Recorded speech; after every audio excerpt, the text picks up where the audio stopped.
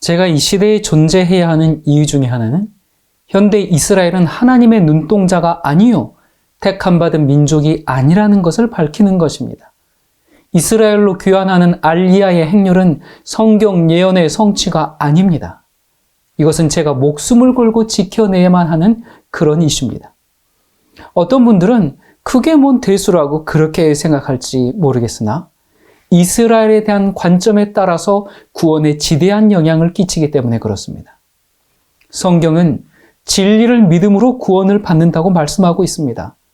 예수님을 믿어도 성경대로 바르게 믿어야 합니다. 그렇지 않으면 우리 모두는 다 가짜에 속아 넘어갈 가능성이 매우 크죠. 예수님께서는 거짓 가르침과 거짓 선지자들을 조심하라고 하셨습니다. 특히 말세에는 미혹하는 일이 많을 것이라고 경고하셨어요. 요즘처럼 볼 것 많고 들을 것 많은 이런 세상에서 진리를 바로 알고 말씀의 반석 위에 굳게 서 있는다는 것이 얼마나 중요한 일인지 새삼 깨닫습니다. 거짓이 참 것과 너무나 비슷하고 오히려 더 성경적인 것처럼 달콤하게 들리기 때문에 또한 실제로 눈에 보이는 현상들에 매료되어서 성경의 바른 진리를 알고 있지 않으면 미혹당하여 쓰러지고 맙니다. 특별히 이스라엘의 회복에 대한 문제는 많은 교회를 잘못된 길로 인도하고 있습니다. 사실 지난 2000년 기독교 역사에서 이스라엘에 대한 관심은 그리 높지 않았습니다. 왜요? 예수님의 예언대로 돌 하나도 돌 위에 남지 않고 다 무너지고 황폐케 되리라 하신 그 말씀대로 이스라엘의 수명은 다 했기 때문에 그렇습니다. 그런데 20세기 들어서 갑자기 이스라엘이 국가적으로 급부상하기 시작했어요. 시온주의는 그것의 정당성을 성경에서 끌고 들어와서 신이 선택한 민족이라는 개념으로 온 세상을 농락하기 시작했죠. 무엇보다도 세대주의 신학에 경도된 이 기독교회가 갑자기 이스라엘의 마지막 성경의 예언들을 집중시킴으로 사실상 기독교는 재수이세 신학에 완전히 잠식당해버렸습니다. 성경이 말하는 마지막 시대 이스라엘은 누구를 말하는 것일까요? 혈통적 이스라엘인가요? 영적 이스라엘인가요? 요한계시록의 모든 예언이 혈통적 이스라엘에 국한된 것인가요? 그래서 우리와는 상관이 없고 우리는 알 필요도 없는 것일까요? 아니면 요한계시록의 모든 예언이 예수 그리스도의 십자가와 부활 승천 이후에 그리스도의 복음을 전하게 된 교회에 해당하는 일일까요? 그리고 이 시대를 살고 있는 우리가 맞이하고 경험하게 될 문제일까요? 이스라엘이 누구냐 하는 문제는 바로 이런 문제입니다. 이스라엘을 어떻게 정의 내리느냐에 따라서 우리의 과거와 현재, 미래, 우리 신앙의 전반적인 부분에 지극히 큰 영향을 미칩니다. 이스라엘 회복을 믿는다는 것은 비밀 휴거, 또 7년 환란 이런 걸 함께 믿는다는 거거든요. 대부분의 사람들은 그렇게 믿을 겁니다. 그래서 제 마음이 너무나 안타깝습니다. 정말 어찌해야 할지 애가 탑니다. 구약시대에 하나님께서 이스라엘을 선교사의 나라로 택하셔서 온 세상에 복음을 전하게 하셨죠. 그들이 선택된 민족이었던 것은 오직 이 한 목적을 위함이었어요. 하지만 이스라엘은 그 사명을 충실히 이행하지 못했어요. 그들을 일깨우고자 여러 선지자들을 보냈고 수차례 경고의 말씀을 하셨습니다. 자, 열왕기상 9장 6절부터입니다. 너희나 너희의 자손이 나를 따르지 아니하며 내가 너희 앞에 둔 계명과 법도를 지키지 아니하고 가서 다른 신을 섬겨 그것을 경배하면 내가 그들에게 준 땅에서 이스라엘을 끊어버릴 것이요 내 이름을 위하여 내가 거룩하게 구별한 이 성전이라도 내 앞에서 던져버리리니 이스라엘은 모든 민족 가운데서 속담거리와 이야기거리가 될 것이며 이 성전이 높을지라도 지나가는 자마다 놀라며 비웃어 이르되 여호와께서 무슨 까닭으로 이 땅과 이 성전에 이같이 행하셨는고 하면 대답하기를 그들이 그들의 조상들을 애굽 땅에서 인도하여 내신 그들의 하나님 여호와를 버리고 다른 신을 따라가서 그를 경배하여 섬김으로 여호와께서 이 모든 재앙을 그들에게 내리심이라. 지금 다른 신을 섬기는 정도가 아니라 이스라엘이 어떻게 했습니까? 예수님께서 이 땅에 오셨을 때 하나님마저 거절해 버렸잖아요. 하나님의 아들 메시아마저 십자가에 못 박아 버렸잖아요. 하나님은 스스로 하신 말씀을 어긴 적이 없으십니다. 하나님의 약속은 항상 조건적이었어요. 그 조건은 바로 하나님의 명령을 순종하는 것이었어요. 불순종하면 어떻게 하신다고 했습니까? 여기 이스라엘을 그 땅에서 끊어버릴 것이요. 이스라엘을 그 땅에서 끊어버린다 했습니다. 하나님께서 끊어버린 땅에 지금 알리아들이 돌아오고 있습니다. 그거 하나님의 뜻 아니죠? 그들이 여호와를 믿어서 돌아오고 있습니까? 전혀 아닙니다. 무신론자들이거나 무슬림 유대인이 거의 대부분입니다. 하나님의 말씀에 의하면 그 땅에서 이스라엘을 끊어내는 것이 하나님의 뜻입니다. 또 거룩하게 구별한 이 성전이라도 던져버리리니, 예루살렘 멸망과 함께 성전을 던져버렸어요. 그런데 지금 유대인들이 제3전을 짓겠다고 모여들고 있습니다. 그런데 그것이 그 알리야가 하나님의 뜻입니까? 하나님께서는 분명히 내 말대로 행하지 아니하면 땅과 성전을 황폐케 하고 그들을 끊어버린다고 말씀하셨어요. 여러 선지자들을 통해서 이스라엘에게 이런 경고의 말씀을 하신 것은 그들이 미워서가 아니라 너희들이 이렇게 될 수 있으니 바르게 믿고 살면 이 화를 면할 것이라는 말씀이죠. 그런데 그들은 돌이키지 않았습니다. 그래서 예수님이 직접 이제 이 땅에 오셔서 그들의 상태를 깨우치기 위해 이런 비유의 말씀을 하셨습니다. 마태복음 21장 33절부터입니다. 한 집주인이 포도원을 만들어 산 울타리로 두르고 거기에 집자는 틀을 만들고 망대를 짓고 농부들에게 새로 주고 타국에 갔더니 열매 거둘 때가 가까움에 그 열매를 받으려고 자기 종들을 농부들에게 보내니 농부들이 종들을 잡아 하나는 심히 때리고 하나는 죽이고 하나는 돌로 쳤거늘 다시 다른 종들을 처음보다 많이 보내니 그들에게도 그렇게 하였는지라. 후에 자기 아들을 보내며 이르되 그들이 내 아들은 존대하리라 하였더니 농부들이 그 아들을 보고 서로 말하되 이는 상속자니 자 죽이고 그의 유산을 차지하자 하고 이에 잡아 포도원 밖에 내쫓아 죽였느니라. 자, 이 말씀을 하신 후에 예수님이 이렇게 질문을 하십니다. 그러면 포도원 주인이 올 때에 이 농부들을 어떻게 하겠느냐? 예수님이 이렇게 질문하시자 유대 지도자들이 이렇게 대답하죠. 그 악한 자들을 진멸하고 포도원은 제때에 열매를 바칠 만한 다른 농부들에게 새로 줄지니이다. 자기들의 운명을 스스로 선고했습니다. 뭐라고 그랬어요? 그 악한 자들은 진멸하셔야 합니다. 그 대답을 듣고 예수님께서 단호하게 이렇게 말씀하십니다. 그러므로 내가 너희에게 이르노니 하나님의 나라를 너희는 빼앗기고 그 나라의 열매 맺는 백성이 받으리라. 이 말씀은 이미 구약에서부터 선지자들을 통해서 계속 반복적으로 경고해 오신 말씀입니다. 지금 이스라엘에게 갑자기 하신 말씀이 아니에요. 이미 오래전부터 너희에게 준 땅에서 그 이스라엘을 끊어버릴 것이다라고 하지 않았습니까? 너희는 땅에서 쫓겨나고 지금은 하늘나라도 빼앗긴다. 그리고 그것을 다른 백성이 받을 것이다.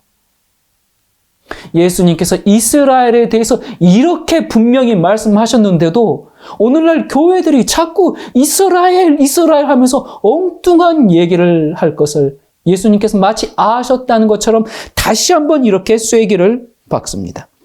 마태복음 23장 35절. 그러므로 의인 아벨의 피로부터 성전과 제단 사이에서 너희가 죽인 바라기아의 아들 사가랴의 피까지 땅 위에서 흘린 의로운 피가 다 너희에게 돌아가리라.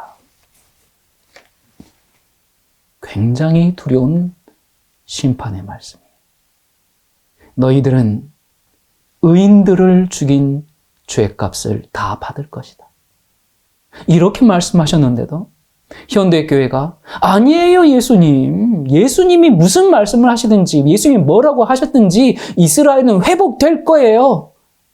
그렇게 부르짖으면서 알리야의 귀환을 외치고 비밀 휴거와 7년 환란 같은 잘못된 믿음을 갖게 될 것을 주님은 아셨어요. 그래서 답답하고 안타깝고 슬픈 마음으로 이렇게 한 번 더 말씀하십니다. 2000년 전에 하신 말씀이지만 미래를 보시는 예수님께서 2000년 후에 오늘날 교회에게 이 말을 하는 것을 좀 듣고 정신을 차리라고 하시는 말씀이에요. 예루살렘아, 예루살렘아, 선지자들을 죽이고 내게 파송된 자들을 돌로 치는 자여. 암탉이 그 새끼를 날개 아래에 모음같이 내가 내 자녀를 모으려 한 일이 몇 번이더냐. 그러나 너희가 원하지 아니하였도다. 보라, 너희 집이 황폐하여 버려진 바 되리라. 벌써 몇 번째 말씀하십니까? 이렇게 말씀하셨는데도 아직도 이스라엘입니까? 이스라엘의 멸망은 구약 성경, 신약 성경 할 거 없이 동일하게 예언되었어요. 물론 이스라엘이 회복한다는 말씀들이 구약 성경에 있어요. 그러나 그 말씀들은 전부 바벨론의 그 나라가 망하고 포로로 끌려간 그 역사적 이스라엘이 회복한다는 말씀이죠. 그렇게 회복을 했어요. 그런데 그들이 여호와를 올바로 섬겼습니까? 올바로 섬겼으면 예수님께서 이런 말씀을 하지 않으시죠. 그래서 구약시대에 회복을 했지만 어제나 오늘이나 영원토록 동일하신 하나님의 말씀대로 결국 선택되었던 민족 이스라엘은 회복했으나 다시 멸망으로 끝이 났습니다. 이러한 성경적 배경을 너무나 잘 알았던 이 사도 바울이 이 무너진 혈통적 이스라엘 대신에 이제는 영적 이스라엘, 즉 교회를 통해서 하나님의 역사를 이어갈 것이라고 이렇게 말씀합니다. 먼저는 무너진 예루살렘 성전이 재건되리라는 아모스 예언을 봅시다. 아모스 9장 11절입니다. 그날에 내가 다윗의 무너진 장막을 일으키고 그것들의 틈을 막으며 그 허물어진 것을 일으켜서 옛적과 같이 세우고.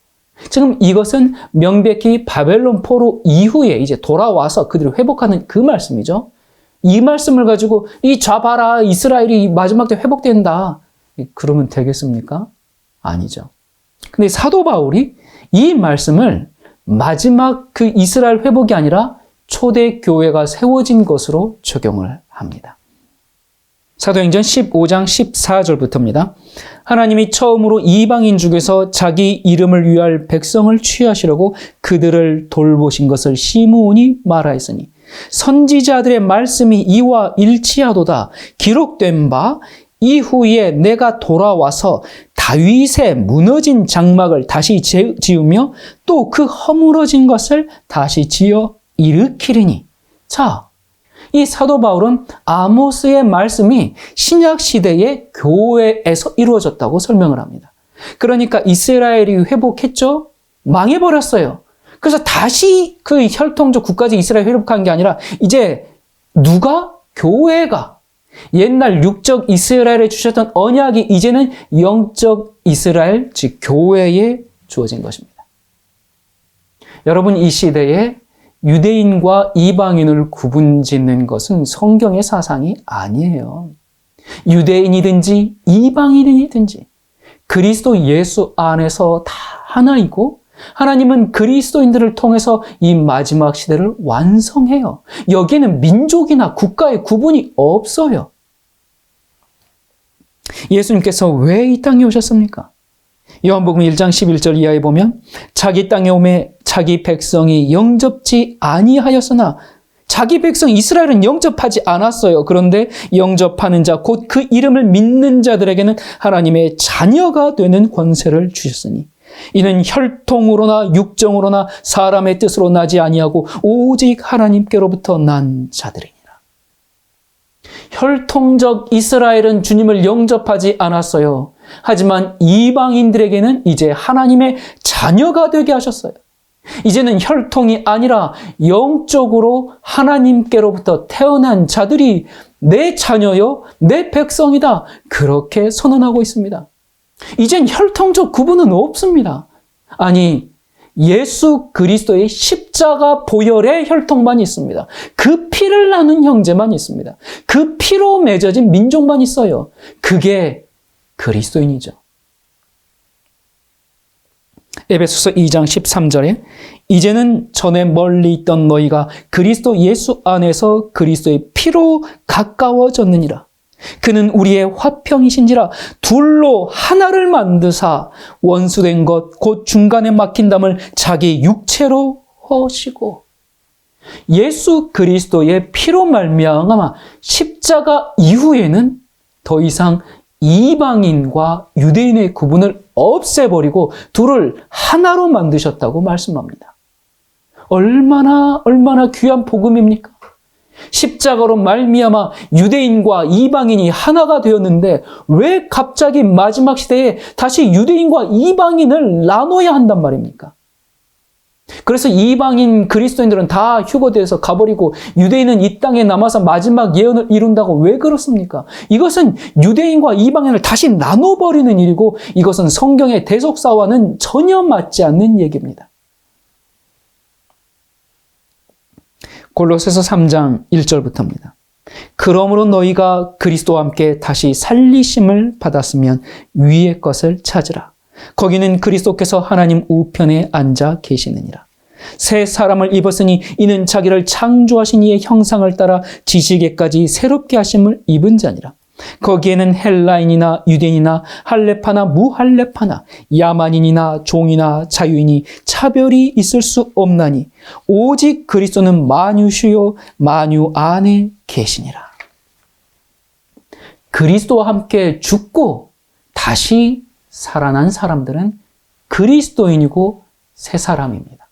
거기에는 이방인이든지 유대인이든지 종이든지 자유인이든지 차별이 없고 오직 누구만요? 그리스도만 계십니다. 여러분, 이것이 하나님의 구원의 역사 아닙니까? 더 이상 유대인과 이방인을 구분할 필요가 없어요. 민족과 민족, 나라와 나라를 구분할 필요가 없습니다. 우리 모두는 그리스도인이라는 이 공동체 안에 다 한 형제가 된 것이죠. 한 나라가 된 것이죠. 그런데 유대인들이 시오니즘을 앞세워가지고 팔레스타인 주민을 종족 청소할 것이 아니라 유대인이든지 아랍인이든지 아시아인이든지 누구든지 그리스도 예수 안에서 하나입니다. 여러분, 지구에서 가장 인종차별이 심한 곳이 어느 나라인 줄 아십니까? 미국이요? 아닙니다. 이스라엘이에요. 이스라엘은 팔레스타인 사람들을 다른 인종이 아니라 청소해야 할 동물로 취급하고 있습니다. 이것이 1948년 이스라엘을 건국한 하나님의 뜻일까요? 이건 명백히 하나님의 말씀에 불순종하는 것 아닙니까? 불순종하면 어떻게 된다고 했어요? 아까 열왕기상 말씀을 다시 봅시다. 9장 6절. 만일 너희나 너희의 자손이 아주 돌아서서 나를 따르지 아니하며 내가 너희 앞에 둔 바의 계명과 법도를 지키지 아니하고 가서 다른 신을 섬겨 그것을 경배하면 어떻게 하겠느냐? 내가 이스라엘을 내가 그들에게 준 땅에서 끊어버릴 것이요. 이스라엘을 그 땅에서 다 내쫓아버릴 것이라고 말씀하셨어요. 요한계시록은 성경의 최종 결론이고 지난 6,000년 역사를 이제 마무리하고 기독교 복음이 2000년 역사의 대미를 장식하는 귀한 말씀입니다. 그런데 지난 2000년 동안 역사 가운데 사라졌던 그 혈통적 유대인이 다시 등장해서 성경의 결론을 마무리하는 것이 과연 하나님의 그 구속의 역사에 합당한 것일까요? 물론 국가적인 멸망과 개인의 멸망은 다르죠. 어떤 유대인이라 할지라도 개인적으로 그리스도를 영접하고 믿으면 그는 새 언약의 백성이 됩니다. 하나님은 개인의 운명을 국가적으로 취급하지 않으시죠. 유대인과 이방인으로 구성된 그 그리스도인의 자리를 혈통적 이스라엘이 들어와서 대신해서는 안 됩니다. 출애굽기 19장 5절입니다. 세계가 다 내게 속하였나니 너희가 내 말을 잘 듣고 내 언약을 지키면 너희는 모든 민족 중에서 내 소유가 되겠고 너희가 내게 대하여 제사장 나라가 되며 거룩한 백성이 되리라. 너는 이 말을 이스라엘 자손에게 전할지니라. 여러분, 이 말씀을 참 잘 봐야 합니다. 여기 보면 이스라엘은 제사장 나라다, 거룩한 백성이다, 선민이다 그렇게 얘기하는데 앞절부터 다시 봐야 합니다. 여기 보니까 온 세계가 다 하나님의 것이고 너희도 그 중에 하나일 뿐이야. 너희가 특별해서가 아니라 너희가 뭐 하면 너희가 내 말을 잘 듣고 내 언약을 지키면 내 소유가 되고 제사장 나라가 되고 거룩한 백성이 될 거야. 그 말씀입니다. 분명하죠? 그런데 그 말씀대로 하지 않으면 어떻게 돼요? 이스라엘 땅에서 끊어진다고 했습니다. 이스라엘 땅에서 쫓겨난다고 했어요. 그런데 왜 지금 그 땅을 다시 찾겠다고 수십 년째 전쟁을 벌이고 있습니까? 하나님께서 옛 정 때문에 어떻게든 그냥 패역한 이스라엘을 심폐소생술로 막 살려내가지고 니네들 마지막 때 일 좀 해야지. 그거 아닙니다. 예수 그리스도께서 분명히 말씀하셨어요. 너희는 버려진 바 될 것이다. 그래서 베드로는 이 민족적 이스라엘에게 하신 이 출애굽기의 이 말씀을 신약시대 이방인 교회에게 그대로 반복 적용을 하죠. 베드로전서 2장 9절입니다. 너희는 택하신 족속이요 왕 같은 제사장들이요 거룩한 나라요 그의 소유가 된 백성이니 이는 너희를 어두운 데서 불러내어 그의 기이한 빛에 들어가게 하신 이의 아름다운 덕을 선포하게 하려 하심이라. 너희가 전에는 백성이 아니더니 이제는 하나님의 백성이요 전에는 국류를 얻지 못하였더니 이제는 국류를 얻은 자니라. 너희가 전에는 이스라엘이 아니었어. 그런데 지금은 너희가 이스라엘이야. 그거 왜 그런지 알아? 원래 이스라엘은 하나님의 말씀을 거절하고 언약을 지키지 않고 심지어 메시아를 죽였거든. 하지만 이제는 예수 그리스도를 믿고 순종하고 따르면 너희가 이스라엘이 되는 거야. 그러면서 과거에 이스라엘에게 주어졌던 그 축복의 말씀을 그대로 이방인에게 적용하고 있지 않습니까? 그런데 아직도 1948 이스라엘입니까? 그건 하나님의 뜻이 아닙니다. 요한계시록에도 동일한 축복의 말씀을 하십니다. 계시록 1장 5절입니다. 우리를 사랑하사 그의 피로 우리 죄에서 우리를 해방하시고 그의 아버지 하나님을 위하여 우리를 나라와 제사장으로 삼으신 그에게 영광과 능력이 세세토록 있기를 원하노라. 아멘. 자, 여기 우리는 유대민족을 말하는 거예요? 아니면 그리스도의 피로 사신 영적 백성 여러분과 저를 말하는 거예요? 당연히 우리죠. 자, 그 다음 여기 나라와 제사장으로 삼았다는데 이 나라가 이 혈통적 이스라엘을 말해요? 아니면 영적 이스라엘을 말해요? 당연히 영적 이스라엘 나라를 말하는 것이죠. 우리를 영적 이스라엘 나라와 제사장으로 삼으셨어요. 누구를? 그리스도인을. 혈통적 이스라엘이 아니라. 그래서 그리스도인들이 이제 나라와 제사장의 역할이 있는 겁니다. 왜 그 그리스도인의 나라와 제사장의 역할을 자꾸 혈통적 이스라엘에게 양보하려고 그래요? 이 고대의 국가적 이스라엘은 하나님의 말씀을 듣지 않았고 언약을 지키지 않았습니다. 현대의 국가적 이스라엘 역시 하나님의 뜻을 이루지 않고 있으며 앞으로도 그럴 겁니다. 오히려 현대 국가적 이스라엘은 이 시대의 기독교인을 미혹하는 속임수의 역할을 하고 있어요. 사도 바울은 이방인인 갈라디아 교회에게 이렇게 말씀했어요. 3장 26절부터입니다. 너희가 다 믿음으로 말미암아 그리스도 예수 안에서 하나님의 아들이 되었으니 누구든지 그리스도와 합하여 침례를 받은 자는 그리스도로 옷 입었느니라. 너희는 유대인이나 헬라인이나 종이나 자유인이나 남자나 여자나 다 그리스도 예수 안에서 하나이니라. 너희가 그리스도의 것이면 곧 누구요? 아브라함의 자손이요. 무엇이요? 약속대로 유업을 이을 자니라. 여기 아브라함의 자손이고 약속대로 유업을 이을 자면 이스라엘이겠죠? 그런데 혈통적 이스라엘을 말하는 거예요? 당연히 아니죠. 이제는 누가 하나님의 이스라엘이에요? 그리스도를 믿고 하나님의 뜻을 행하는 자들이. 이것은 구약 시대부터 일관되게 내려오는 성경의 사상입니다. 혈통이 아니라 여호와의 말씀을 듣고 행하는 자들이 이스라엘이고 이스라엘이라고 시종일관 계속 말씀하고 있어요. 그런데 갑자기 마지막 시대의 혈통적 이스라엘을 찾는 것이 바른 성경 이해겠습니까? 예수 그리스도 이후에 유대인과 이방인을 구분하는 것은 성경의 사상이 아니에요. 그것은 하나님의 대속의 원리도 맞지 않고 특별히 종말론적인 관점에서도 합당하지 않아요.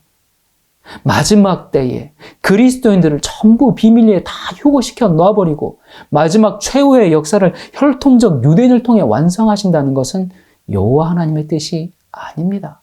자꾸 그리스도인들이 그 유대인들에게 자기 자리를 양보하려고 그래요.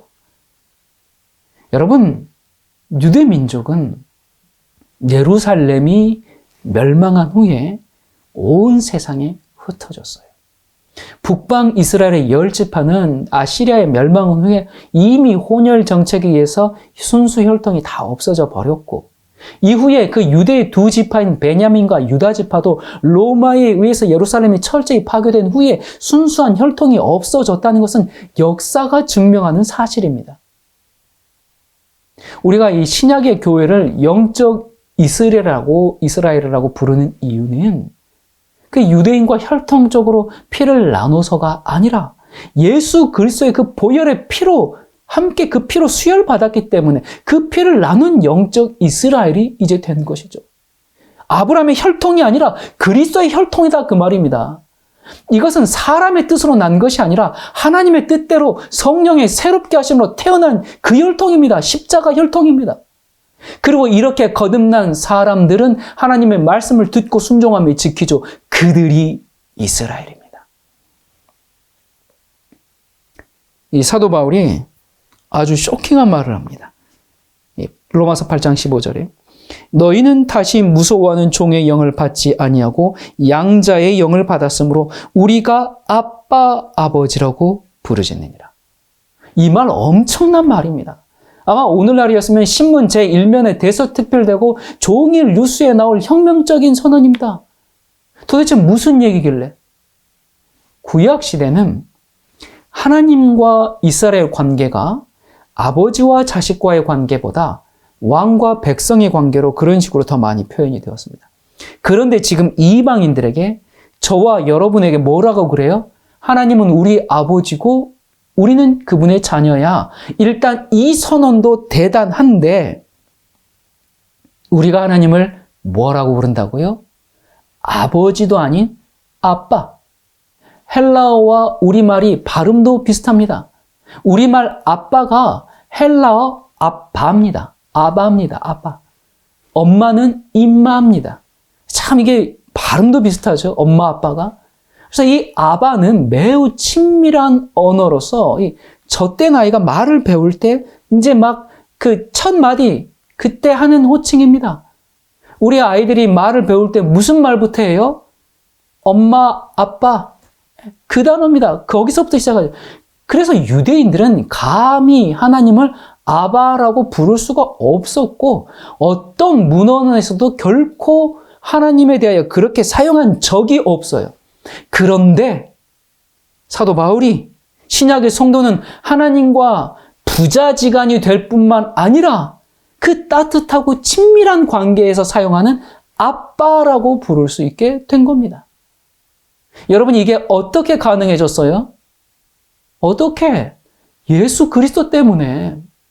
이제는 유대인과 이방인이 그리스도 예수 안에서 영적 이스라엘로 하나가 되었어요. 유대인 빼고 이방인만이 아니고 유대인과 이방인이 그리스도 예수 안에서 영적인 이스라엘로. 그래서 하나님의 나라와 제사장의 역할을 하게 된 겁니다. 이렇게 새 나라, 새 역사, 새 시대가 시작되었어요. 그런데 웬 뜬금없는 육적 이스라엘의 등장이란 말입니까? 하나님은 육적 이스라엘을 종결하고 새로운 세상을 여셨어요. 그런데 하나님께서 혈통적 이스라엘을 2000년이나 그냥 조용히 침묵시키다가 갑자기 마지막 때에 다시 등장시킬 아무런 이유가 없고 성경에 그런 말씀이 전혀 없어요. 육적, 혈통적 이스라엘의 역할은 2000년 전에 끝이 났습니다. 지난번에 그 슐로머 샌드 교수의 연구처럼 혈통적 유대인이라는 것은 시오니즘에 의해서 만들어진 환상이고 이스라엘 국가에서 혈통적 유대인을 찾기 위해서 지문이나 DNA 이런 것들을 다 통해서 노력해봤지만 찾지 못했다. 전부 실패했다는 것이 팩트입니다. 그런데 그 유대인들이 이스라엘로 돌아가는 그 알리야 사역에 한국 교회가 얼마나 앞장서서 지원을 하고 있고 이것이야말로 재림의 징조라고 믿고 있으니 참 안타까운 현실입니다. 우리는 이 세상에서 일어나는 이런 일들을 보면서 우리는 미혹될 게 아니라 더욱 성경의 진리로 마음을 견고하게 해야 합니다. 이 이스라엘 회복과 휴거 사상은 예수님의 참된 재림을 준비하지 못하게 하는 거대한 미혹입니다. 성경의 예언을 성취할 그 영적 이스라엘, 참 이스라엘, 그 여자의 남은 자손 그리스도인들을 역사에서 지워버리는 거대한 미혹이 지금 교회를 휩쓸고 있습니다. 하나님께서 이스라엘을 택하신 것은 그들을 통해서 하나님을 아는 지식, 하나님의 성품을 온 세상에 전파하시기 위함이었죠. 그러나 예수 그리스도를 십자가에 못 박아 죽인 후에 세상에 복음을 전하는 사명은 이제 혈통적 이스라엘이 아니라 열매 맺는 영적 이스라엘로 넘어갔습니다. 그리스도를 십자가에 못 박고 배반하여 나간 한 민족, 수천 년 동안이나 진리를 떠나서 세속적으로 살아온 민족, 그것도 혈통이 다 섞여서 혼합된 사람들을 단지 과거에 한번 선택받은 적이 있다는 그 이유 하나만으로 다시 선택된 민족이 된다는 것은 성경적이지 않을 뿐만 아니라 상식적이지도 않은 얘기죠. 여러분, 금발의 파란 눈을 가진 혼혈들이 유대인이라면서 알리야의 대열에 합류하고 있어요. 그래서 하나님께서 마지막 때 유대 혈통을 통해서 마지막 예언을 성취시킨다는 논리 자체가 성립이 되지가 않아요. 혈통적 유대인을 찾을 수가 없기 때문에. 더군다나 현재 유대인의 98%는 예수 그리스도를 거절하고 있지 않습니까? 2000여 년 전에 예수님이 이 땅에 오시기까지는 유대 민족이 복음을 전할 그릇으로 택함 받은 것 사실입니다. 그러나 그리스도의 십자가가 세워진 그 사건 이후부터는 그때부터 지금까지 지난 2000년간 누가 진리를 보존하고 세상에 복음을 전했습니까? 혈통적 이스라엘입니까? 아니죠. 유대인과 이방인으로 구성된 그리스도인들입니다. 그들이 영적 이스라엘입니다. 여기서 우리가 깊이 생각해 봐야 할 아주 중요한 질문이 있습니다. 이스라엘은 왜 멸망할 수밖에 없었을까요? 그것은 아주 역설적이게도 우리는 절대 망하지 않아! 그 확신 때문이었습니다. 우리는 하나님이 선택한 민족이야. 우리는 세상에서 유일한 교회야. 하나님께서 우리 말고 다른 이들을 사용하실 리가 없어. 그건 하나님의 약속에 어긋나지. 절대 버림받지 않으리라는 이 확신. 하나님은 전혀 그렇게 말씀하지 않았는데 자기들만 그렇게 생각하면 그건 자기 기만이고 맹신이죠. 이스라엘은 이렇게 영적으로 교만했고 그 영적 교만의 근거는 이 교회는 절대 망하지 않는다는 교회주의였어요. 오직 우리만이 남은 백성이고 남은 교회라는 그들의 교회관이 그들에게 멸망을 가져온 겁니다. 그래서 지금 이 시대에 똑같은 사상으로 현대 교회가 이스라엘을 바라보고 있습니다. 아, 이스라엘은 망하지 않아. 절대 망하지 않아. 이스라엘을 하나님께서 회복시킬 거야. 저거 봐. 1948에 이스라엘이 독립했잖아. 이스라엘에 대한 맹신이 이스라엘을 멸망케 한 이유였는데 왜 그것을 깨닫지 못하고 똑같은 개념으로 이스라엘은 망하지 않아 그렇게 하고 바라보고 있습니까? 문제는 그때는 이스라엘이 멸망했는데 이제는 이스라엘이 망하는 게 아니라 이스라엘은 망하지 않아 그렇게 바라보는 교회가 망할 수 있다 그 말입니다. 그러니 그 정신에서 빨리 빠져나와야 합니다. 현대 교회가 유대인의 귀환을 돕고 거기에 헌금하고 그거 성경과는 전혀 상관없는 일을 위해서 애쓰는 겁니다. 이스라엘이 망한 이유가 뭐였다고요? 우리는 절대 망하지 않아. 우리는 절대 틀리지 않아. 그 영적 교만 때문이었죠. 그래서 자기들과 틀린 예수님을 십자가에 못 박았지 않습니까? 현대 기독교회 중에 이런 길을 그대로 따라가는 교회들이 여럿 있습니다. 우리는 하나님이 선택한 교회야. 여기 떠나면 배도야. 멸망이야. 하나님은 이 교회를 통해서만 일하셔. 우리가 남은 교회지. 그런 그들을 향해서 그리스도께서 이렇게 말씀하십니다. 하나님의 나라를 너희는 빼앗기고 그 나라의 열매 맺는 백성이 받으리라. 아브라함과 맺은 언약도 모세에게 주신 언약도 그 조건에 따라서 폐기하신 하나님이세요. 하나님의 역사로 세워진 교단과 교회라고 하더라도 교회주의에 빠져 있다면 이스라엘의 역사가 그 교단과 교회에 동일하게 반복될 겁니다.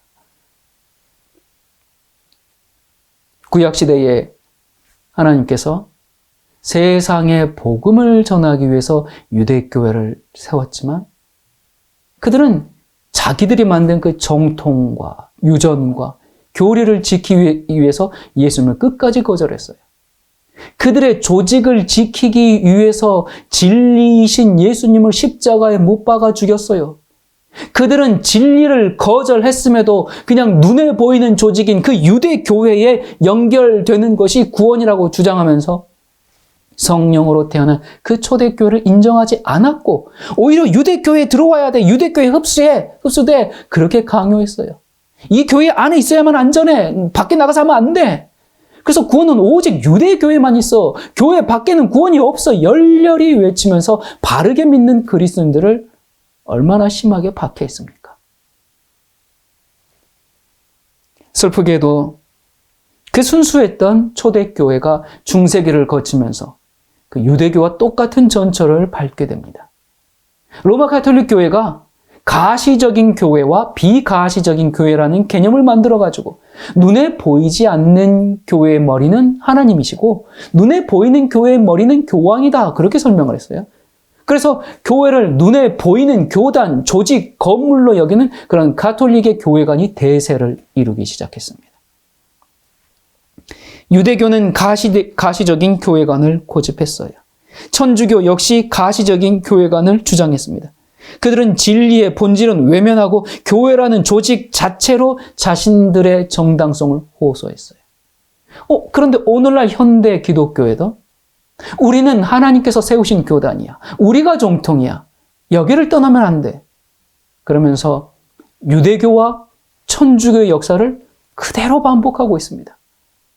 오늘날 정통 교단이라는 교회들이 진리신 예수님과 연결되어 있습니까? 정통이라는 교단에 속해 있는지가 아니라 진리신 예수님께 연결되어 있는지 여부가 중요한 것 아니겠어요? 성경에 등장하는 마지막 하나님의 교회는 요한계시록에 기록된 여자의 남은물입니다. 이들은 어떤 특정 교단이 아니라 하나님의 계명과 예수의 믿음을 지키는 사람들입니다. 이스라엘이 실패한 그 역사는 말세에 다시 반복될 거기 때문에 성경은 그 일에 대해서 계속 경고하고 있습니다. 예수님을 믿는다고 다 영적 이스라엘이 아니죠. 교회에 다닌다고 다 이스라엘이 아니죠. 열매를 맺는 백성만 영적인 이스라엘입니다. 유대 민족이 순종치 않고 열매를 맺지 않았을 때 버림받았던 것처럼 그 조건이 우리에게도 동일하게 적용됩니다. 그래서 예수님께서 하나님의 나라를 너희는 빼앗기고 그 나라에 열매 맺는 백성이 받으리라 그렇게 말씀하셨어요. 우리 스스로는 열매를 맺을 수 없죠. 우리에겐 생명이 없어요. 그래서 열매를 맺으려면 어떻게 합니까? 포도나무이신 그리스도와 접붙임으로 연결이 되어야 합니다. 하나님과 연결되었다고 입으로 공언만 하던 그 유대교회는 버림을 받았어요. 그 자리를 대신해서 열매 맺는 초대교회를 세우셨죠. 무슨 열매입니까? 성령의 열매입니다. 참된 믿음의 열매입니다. 우리도 그저 그냥 예수님 믿습니다. 그렇게 입으로만 공언하는 자기 확신으로는 구원받을 수 없어요. 우리는 열매 맺는 참 이스라엘 참교회가 되어야 합니다. 이 열매는 포도나무와 연결되었을 때만 맺을 수 있죠. 포도나무와 연결되었을 때 그 포도나무의 생명이 나의 생명이 되잖아요. 나는 그리스도를 나의 구세주로 믿음으로써 주님과 연합이 이루어졌는가? 나는 그리스도와 연결을 통해서 새 생명을 얻고 새 생명 가운데 사는가? 나는 그리스도와 연결된 능력으로 향기로운 열매를 맺고 있는가? 겉으로는 접붙인 것처럼 보이지만 생명을 나누는 연결이 되지 않을 수도 있어요. 그 예수님을 따라다닌 12 제자 중에 그 한 명. 분명히 겉으로 보기에는 접붙임이 되어서 쓰임받는 것처럼 보였어요. 하지만 겉모습이었을 뿐 결국 그 가지는 썩어서 버려지고 말았습니다. 마찬가지로 우리도 믿음을 고백하고 교회에서 한 자리 차지하고 앉아 있을 수 있어요. 하지만 자라나지 않고 열매를 맺지 못한다면 그건 포도나무이신 예수님과의 연결이 끊어져서 생명을 공급받지 못하는 상태에 있는 거죠. 썩는 냄새만 풀풀 풍길 뿐이에요. 그래서 썩고 있는 가지를 본다면 농부가 해야 할 일은 뭡니까? 다른 가지에 영향을 미치지 못하도록 끊어내 버리는 겁니다. 좋은 열매를 맺기 위해서는 때로는 가지치기를 해야 합니다. 불필요한 잔가지는 잘라내야 합니다. 너무 무성한 잎들도 영양분을 빼앗아 먹어버리기 때문에 뜯어줘야 합니다. 그래야 적절히 태양빛을 받고 충분히 수액과 영양분을 공급받을 수 있기 때문이죠. 이처럼 전정하는 칼이 우리 인생에 들어올 때가 있어요. 예상치 못한 시련을 통과해야만 할 때가 있어요. 시련은 고통스러운 일이에요. 하지만 그 칼을 누가 들고 있습니까? 우리를 사랑하는 하나님 아버지세요. 하나님께서는 난폭하게 칼질하는 게 아니라 휘두르는 것이 아니라 하나하나 정성을 들여서 우리를 다루십니다. 농부이신 하나님께서 그 접붙인 가지가 좋은 열매를 맺을 수 있도록 아주 지혜롭게 아주 섬세하게 전정하는 칼을 대세요. 하나님의 말씀은 생명이고 말씀을 통해서 그리스도께서 우리 속에 거하십니다.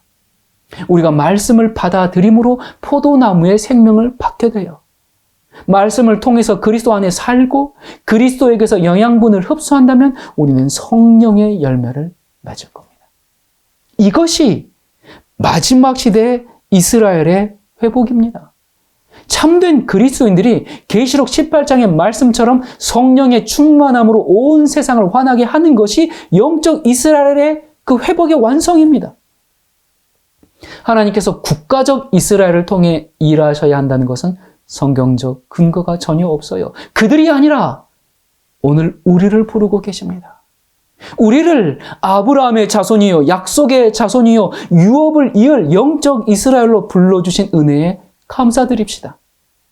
사탄이 우리의 분명한 정체성을 깨닫지 못하게 하고 주님께서 주신 사명을 완수하지 못하도록 하기 위해서 육적 이스라엘이라는 거대한 함정을 파놓았어요. 마지막 시대를 사는 성도 여러분, 참으로 주님의 재림의 때가 가까이 왔습니다. 이 시기에 하나님은 우리를 참 이스라엘로 부르고 계세요. 저기 중동 지역에 있는 이스라엘의 약속의 자녀가 아니고 그리스도를 믿고 그 말씀대로 사는 우리가 이 시대의 이스라엘입니다. 이 영적 이스라엘로 부르심을 받은 우리가 마지막 시대에 늦은 빛 성령의 충만함으로 온 세상에 참된 진리의 복음을 전하고 예수 그리스도의 재림의 나팔을 불 수 있게 되기를 간절히 바랍니다. 기도하겠습니다.